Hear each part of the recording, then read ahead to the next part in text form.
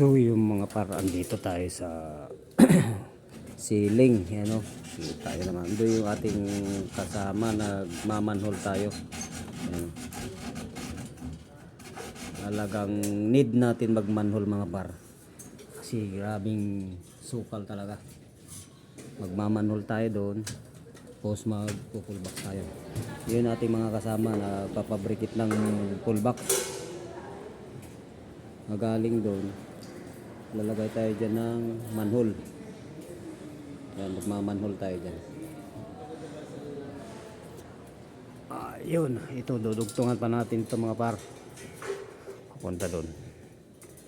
Ayun, binubutasan na ng ating kasama mga par, ano, magmamanhole tayo doon, papunta doon. Yung ating toolbox, magwaway siya. Kung galing isa doon, papasok doon sa nap, tapos ito naman